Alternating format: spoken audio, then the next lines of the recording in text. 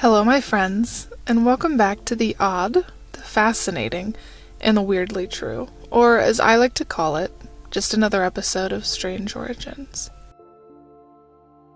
I didn't even realize when I was first researching this episode, but this marks my 20th episode of the podcast.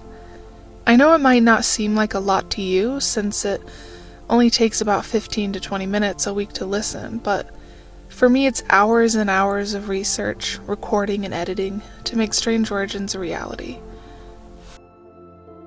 So whether you've been listening from day one or you just found me, I want to say thank you. It's been so much fun so far.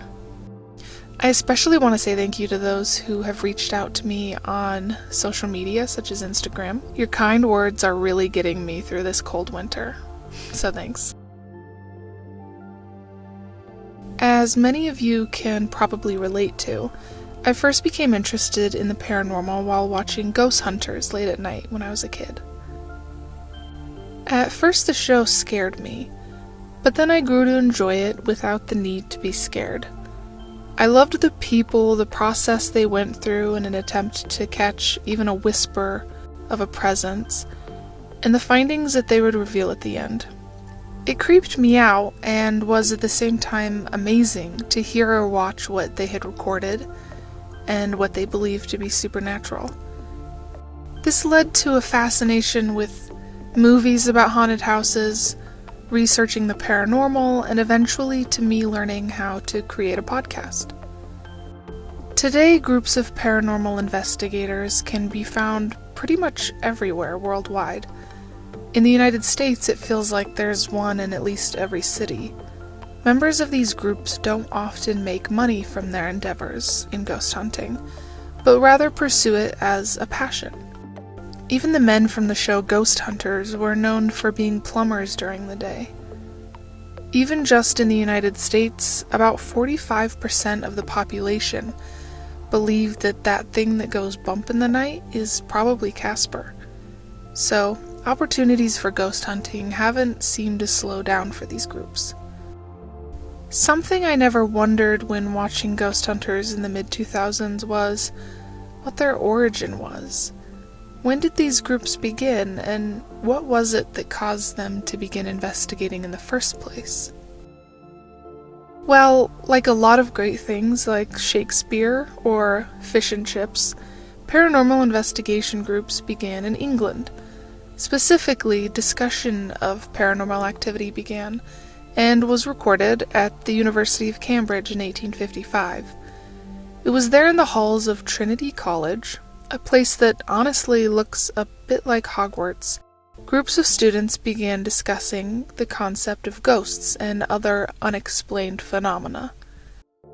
One of the first investigations formally made by the group was of a spirit cabinet, created by a company of magicians called the Davenport Brothers.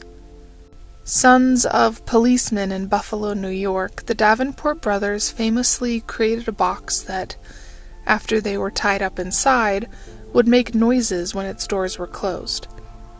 After touring the United States with the cabinet, they took a boat to England, where spiritualism was just taking off. While the act was later found to be a hoax, as a majority of spiritualist exhibits were at the time, the Ghost Club never publicly came out with an opinion on the subject. The Ghost Club was later formally molded 7 years later in London, despite ridicule by newspapers at the time. They operated as more of a group of mythbusters, rather than spiritualists, and investigated everything from reports of poltergeists to claims of psychic activity. Seeing as religion was very much a touchy subject, more so than it is today, Stating a disbelief in the idea of spirits was deemed heretical, in a sense, or in other words, it was considered anti-church, which many took offense to. So the men of the club, quote, kept scant records of their meetings, so members were able to speak freely about their beliefs without fear of ridicule, end quote.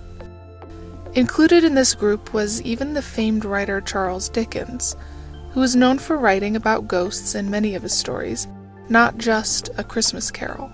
Because of the fame of its members, the Ghost Club, though they tried to be secretive, were sent about 2,000 case reports from people asking for their help in proving or debunking something mysterious.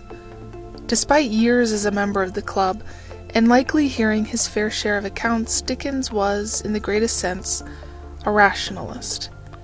Of this he stated, quote, that there are on record many circumstantial and minute accounts of haunted houses is well known to most people, but all such narratives must be received with the greatest circumspection and sifted with the utmost care. Nothing in them must be taken for granted, and every detail proved by direct and clear evidence before it can be received. Essentially, he took the stance of the rest of the Ghost Club, in that he wanted to investigate cases in a scientific manner. He looked at every detail of the case for a rational explanation before assuming it was in any way paranormal. Membership in the Ghost Club was small in the beginning. Through the years, though, the Ghost Club garnered a number of other members that left their mark in history, other than Dickens, of course. Among them was William Gladstone, who was the Prime Minister of the UK, serving 4 terms with Queen Victoria. Also in the group was Alfred Lord Tennyson, who was Poet Laureate for much of the Victorian age, and whose work was greatly admired by the American Edgar Allan Poe, one of the most famous Gothic writers of all time. Other members included William Crookes, who is a famed British chemist and physicist who is known for his work in spectroscopy and for inventing the modern sunglass lenses that we use today that block ultraviolet light.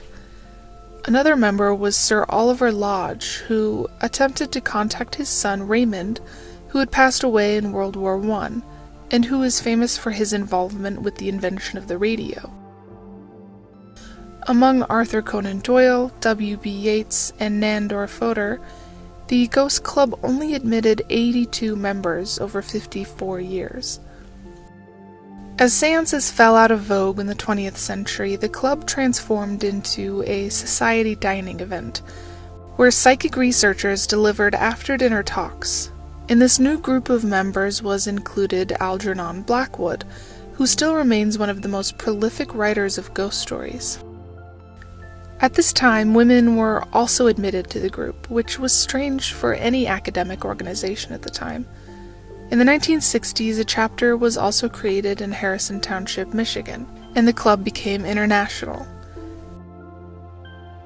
At around the same time, the Society of Psychical Research was created, a group with a more scientific approach to the paranormal. The SPR claimed to be, quote, the first society to conduct organized scholarly research into human experiences that challenge contemporary scientific models, end quote. In other words, they wanted to classify that which had previously been unclassifiable. They also stated that they wished to, quote, approach these varied problems without prejudice or prepossession of any kind, and in the same spirit of exact and unimpassioned inquiry which has enabled science to solve so many problems, once not less obscure nor less hotly debated. This statement makes a lot more sense when realizing that the time period that these clubs were formed were one of great scientific discovery. Germ theory had just been accepted, and electricity, which would be able to power future inventions such as ghost hunting equipment, was beginning to be a part of daily life. It too had a number of notable members, some of which also participated in the Ghost Club. They included Prime Minister William Gladstone and Alfred Lord Tennyson, the Poet Laureate.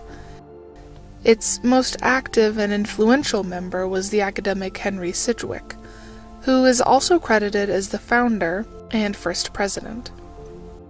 Serving as the senior professor of philosophy at Cambridge, he was awarded the prestigious title of Knightship Professor of Philosophy, of which there have only been 22. One of the requirements of this title is that they perform 5 lectures a term in Latin. He was also outspoken in his belief that women should be able to gain an education. Along with his wife Eleanor, the group demystified claims of the supernatural, mostly that of fake mediums, which there were plenty of at the time.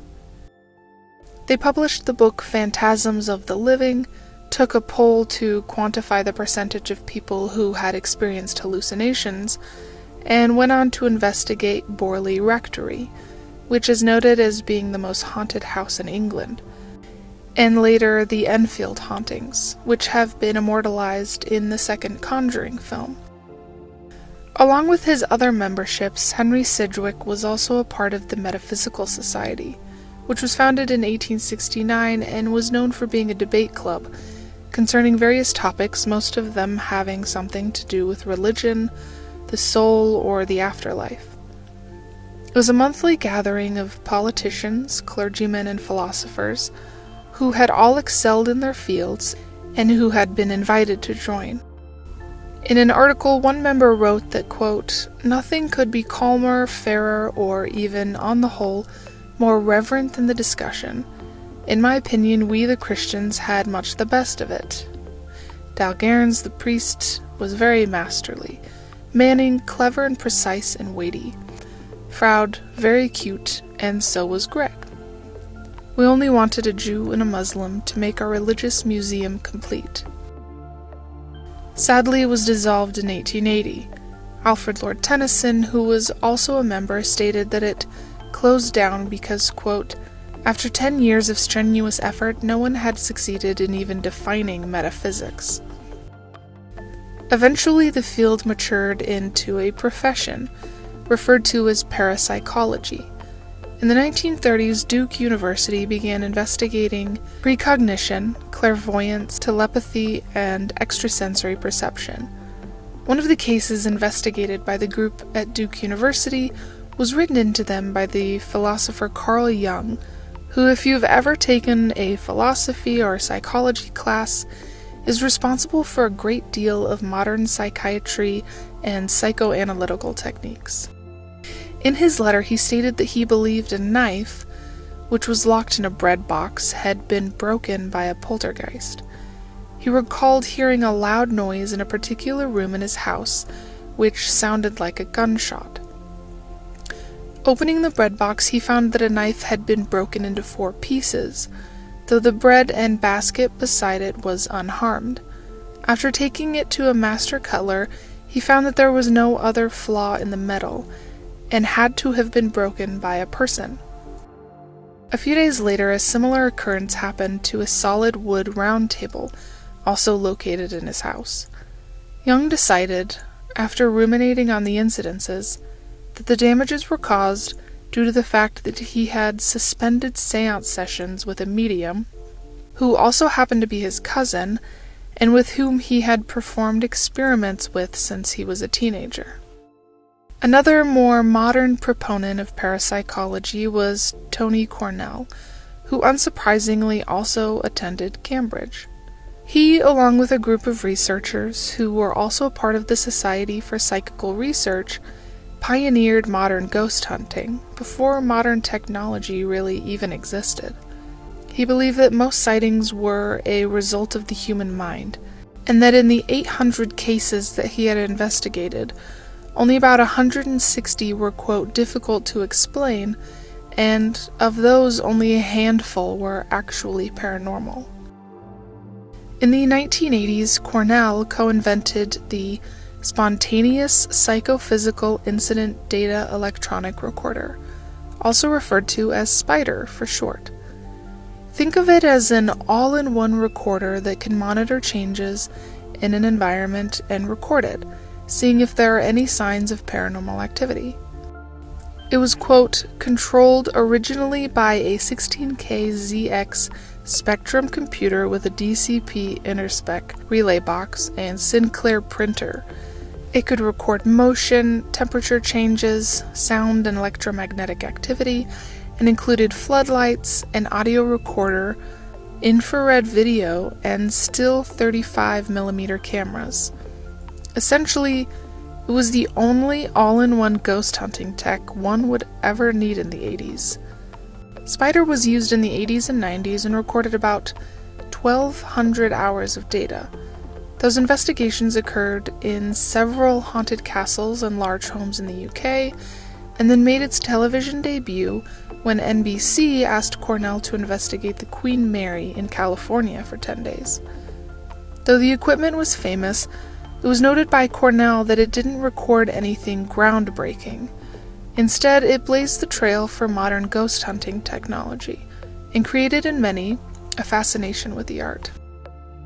Today there are a slew of ways that ghost hunters search for answers, and it doesn't really include debate or too much discussion. Instead, like the members of Ghost Hunters, or any other TV show like it, groups use technology to their advantage when traveling to reportedly haunted locations. Video and sound recorders are used to find visual or auditory signs of a presence, a thermometer to measure the temperature of a room, and electromagnetic field recorders, which read how much electric energy is in a room. The last is doubly important, as it can measure if there is energy being sucked out of an environment, which is a leading theory in how ghosts are able to manifest themselves, and also because too much electricity has been known to cause mental hallucinations, which can oftentimes be confused for ghosts. One of the more interesting inventions I came across recently is called the Boo Buddy. Housed in a teddy bear, this piece of equipment acts as a recorder for EMF, temperature, and even vibrations. It also asks questions and records any audio reply that might come through. It's like Cornell's Spider, just a little more advanced and a little more cuddly. In a nutshell, teams these days are trying their best to explain everything going on around them when investigating, which means debunking a majority of cases. It's difficult to quantify paranormal phenomena, especially when a lot of claims are simply based on emotion or unrecorded experiences which can easily be faked. Hopefully in the future we will be able to fine-tune what investigative techniques we have and possibly pioneer some new ones. In an age where the word haunted can garner hotels and tourist traps more traffic and revenue, it's safe to assume that if none, only a minuscule portion of places are actually haunted. Today the Ghost Club runs as a non-profit and is led by a council of elected volunteers. Their mission is to, quote, offer open-minded, curious individuals the opportunity to debate, explore, and investigate unexplained phenomena with like-minded people and record the results for posterity, end quote.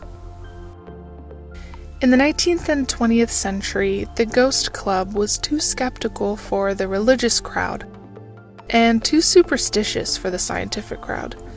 From both sides they were ridiculed, but together they realized that a balance had to be found.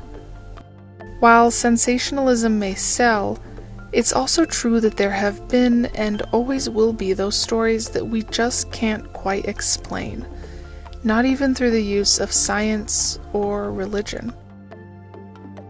Something interesting that I wanted to note as I close this episode is that the members of the Ghost Club are always members, both in life and death.